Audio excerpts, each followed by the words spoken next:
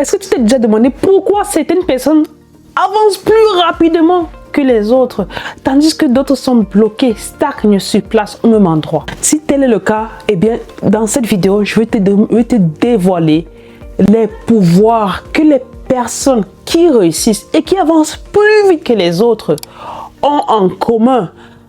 Et comment est-ce que toi aussi tu pourrais les utiliser, les exploiter pour accélérer ta progression dès aujourd'hui? Si tu as ce ressenti, cette vidéo est pour toi, pour te débloquer aujourd'hui, pour te dire comment utiliser les pouvoirs qui attirent les opportunités, comment transformer ta vie dès aujourd'hui. Et reste jusqu'à la fin parce que le 5e pouvoir, il est tout simplement le meilleur.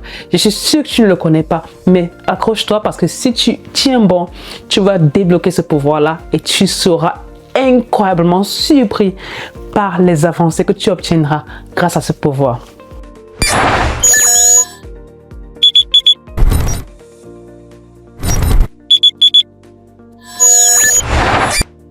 Alors, si tu veux multiplier tes opportunités, si tu veux accélérer ta croissance professionnelle ou dans ta vie, écoute, tu as 5 pouvoirs que tu dois dès aujourd'hui commencer à implémenter ou implémenter davantage. Le premier pouvoir, c'est tout simplement le partage. Beaucoup pensent que le succès, c'est un jeu individuel, que c'est un jeu qui se joue à une seule personne et qu'en partageant des opportunités à quelqu'un, à un tiers, eh bien, on perdrait sa chance à gagner à ce jeu.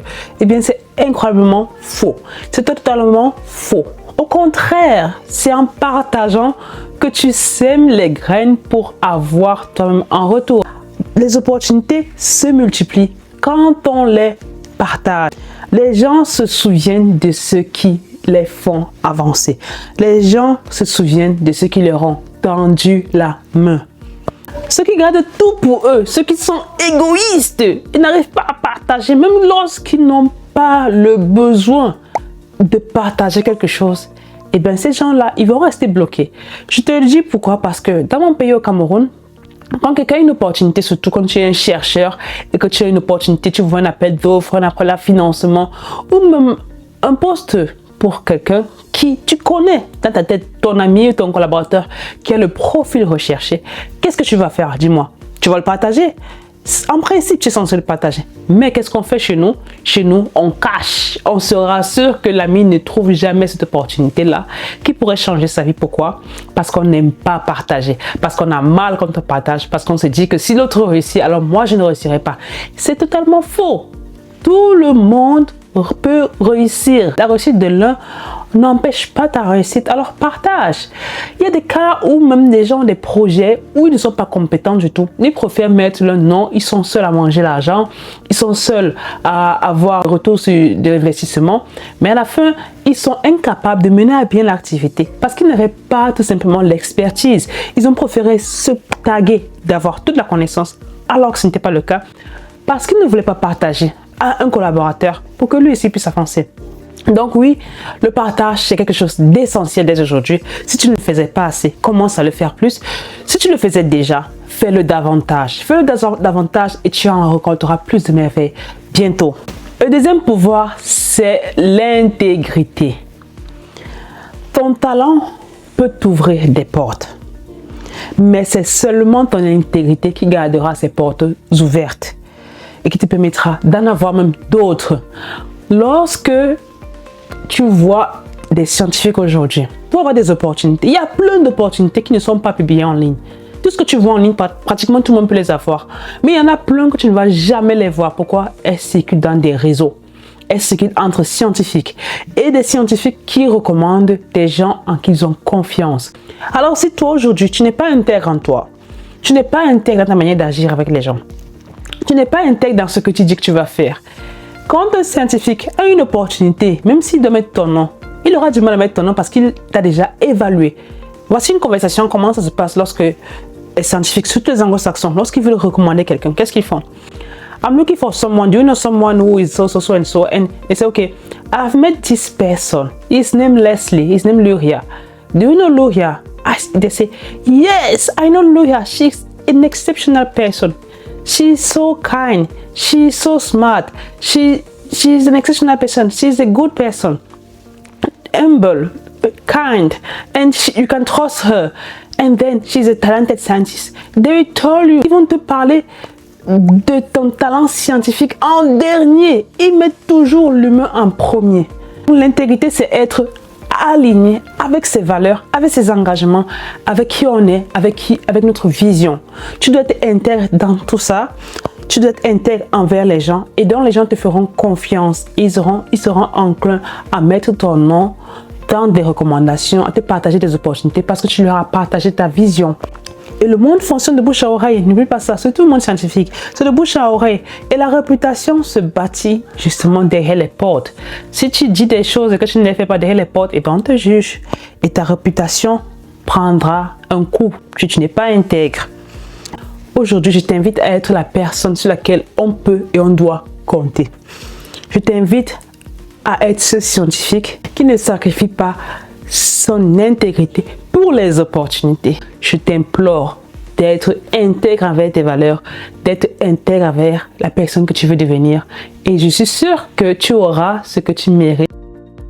Le troisième pouvoir, c'est tout simplement la bienveillance. Oui, les gens oublient ce que tu dis, mais n'oublieront jamais comment ils se sont sentis en ta présence. La méchanceté est devenue conventionnelle. C'est devenu normal dans notre société africaine. On ne peut pas formuler une phrase sans insulter, sans taquiner, sans bouder, sans montrer qu'on est plus fort que l'autre, sans vouloir faire de la peine à quelqu'un. C'est un peu trop. Tout ce qui entraîne une sorte de négativité t'attire également la négativité parce que cette personne qui reçoit la négativité en elle, eh ben, elle renvoie des ondes négatives contre toi. La bienveillance est un aimant surpuissant. La bienveillance est un aimant qui attire les bonnes personnes autour de toi et qui attire les bonnes opportunités. Plus tu es bienveillant envers les gens, plus tu attireras des gens bienveillants, plus tu attireras les opportunités pour toi. Les leaders les plus influents dans le monde ne sont pas forcément plus intelligents, ni même plus travailleurs, mais ce sont ceux qui inspirent, ceux qui sont bienveillants et ceux qui élèvent les autres. Ils permettent aux autres de se sentir bien, de se sentir épanouis. Et un troisième pouvoir, c'est tout simplement l'humilité. C'est la suite logique de la bienveillance. Mais l'humilité, c'est le contraire de l'orgueil. Quand tu réussis à avoir des opportunités, je t'en supplie mon frère ou ma soeur, ne va pas te vanter partout pour dire que j'ai réussi, je suis plus fort que tel et tel et tel, je suis plus intelligent que toi, je suis plus riche que toi. Ça ne sert à rien parce que très vite la vie, tu vas te rappeler d'où tu viens et tu vas redevenir à zéro. Continue de rester humble. Continue de rester cette personne qui inspire et qui motive. Reste humble parce que l'orgueil précède la chute, mais l'humilité précède la gloire. Donc, l'ego est le plus grand ennemi des opportunités. Les gens qui sont égoïstes aussi refusent d'apprendre, ils refusent de se remettre en question, ils refusent d'avoir tort.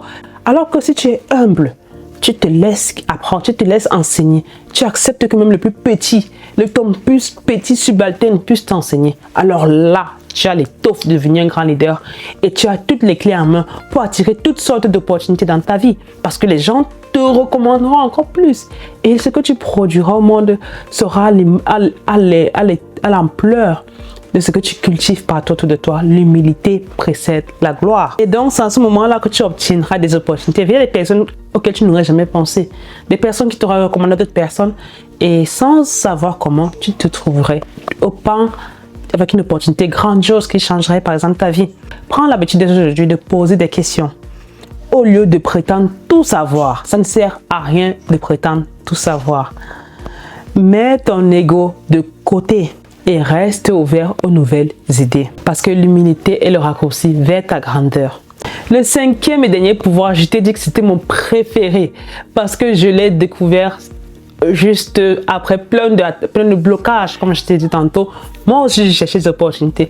Moi aussi, je voulais avoir plus d'opportunités. Et j'ai découvert que ce qu'il fallait faire, en plus de tout ce que je t'ai cité, il faut demander de l'aide. Il faut demander de l'aide. C'est un pouvoir incroyable que de savoir demander de l'aide, que de savoir dire « je ne connais pas ». J'ai besoin d'aide. Voici où je vais partir. Comment je fais pour y arriver? Aide-moi à atteindre ma vision. Comme moi, j'ai découvert parce que je cherchais des solutions.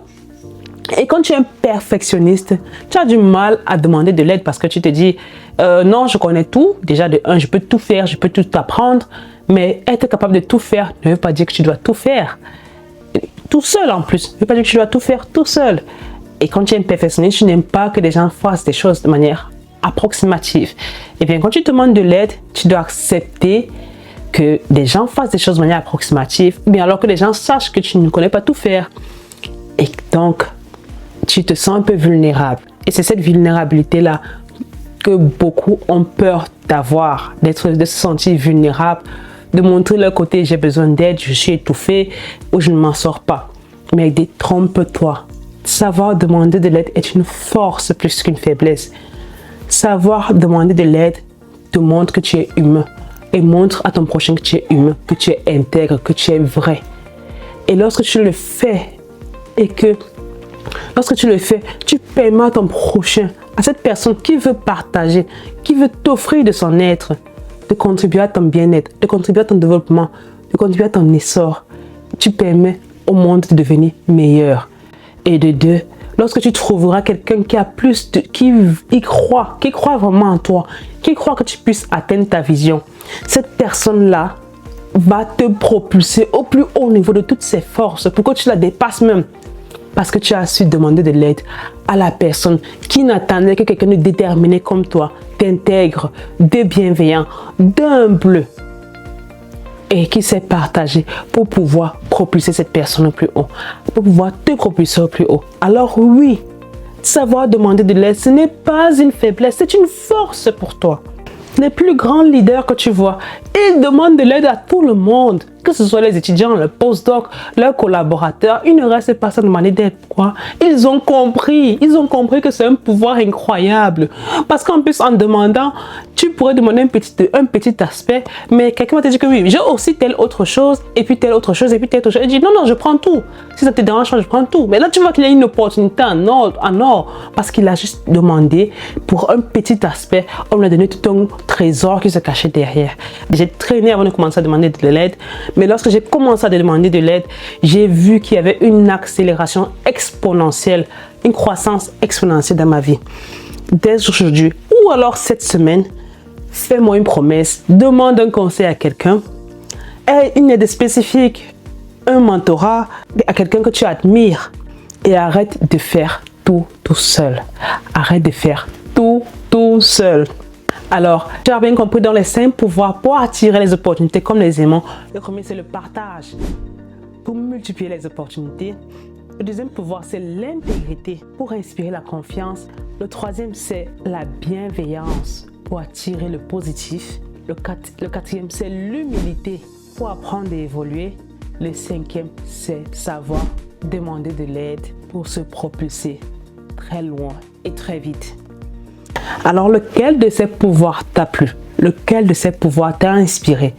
Est-ce que tu connaissais ces pouvoirs? Si oui, fais-le moi savoir en commentaire. Si cette vidéo t'a plu, est-ce que tu peux me faire une petite faveur? Est-ce que tu veux bien t'abonner à notre chaîne? Cela nous aide plus que ce que tu ne pourrais imaginer.